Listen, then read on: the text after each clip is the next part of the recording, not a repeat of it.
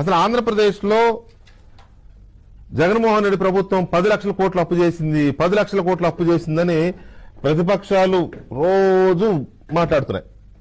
ఆ తెలుగుదేశంలో ఆర్థిక మేధావులు ఉంటారు, ఒక ఇద్దరు ముగ్గురు, లేకపోతే బీజేపీలో ఇద్దరు ముగ్గురు ఆర్థిక మేధావులు ఉంటారు, లేకపోతే ఇప్పటిదాకా మన డిబేట్లో ఉన్న శ్రీనివాసరావు గారు ఆర్థిక మేధావి, ఆయన చెప్తా ఉంటాడు, లేకపోతే ప్రసాద్ గారు ఆయన చెప్తూ ఉంటాడు 9 లక్షల కోట్లు అయింది, 10 లక్షల కోట్లు అయిందని.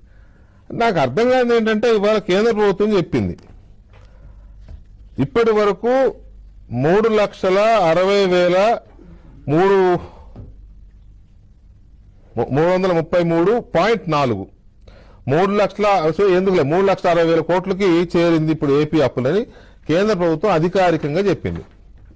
అధికారికంగా అదే దీంట్లో 2018 నాటికి 2,29,000 కోట్ల రూపాయలు అప్పు ఉంది అని కూడా చెప్పింది. అంటే 2018 నాటికి, అంటే ఎన్నికల ముందు నాటికి 2,30,000 అనుకోండి, సుమారుగా 2,30,000 కోట్లు తెలుగుదేశం ప్రభుత్వ హయాంలో అప్పు ఉంటే, వైసీపీ ప్రభుత్వం అధికారంలోకి వచ్చినప్పుడు 2,30,000 దగ్గర స్టార్ట్ అయితే అప్పు ఇప్పుడు ఏం చెప్తోంది కేంద్ర ప్రభుత్వం? 3,60,000 అంటోంది. అంటే 2,30,000 తీసేస్తే 1,30,000.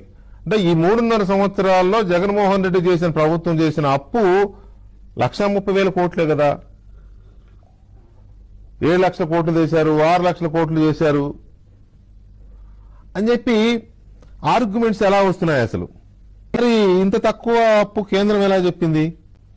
తర్వాత తెలుగుదేశం పార్టీ హయాంలో 2018 నాటికే 2,30,000 కోట్లు అప్పు చేసింది అని అంటే, మరి తెలుగుదేశం పార్టీ హయాంలో చంద్రబాబు నాయుడు గారి ప్రభుత్వం 2,30,000 కోట్లు తీసుకొస్తే మరి అప్పు ఏమైపోయింది? ఇది కూడా ఇంపార్టెంటే కదా.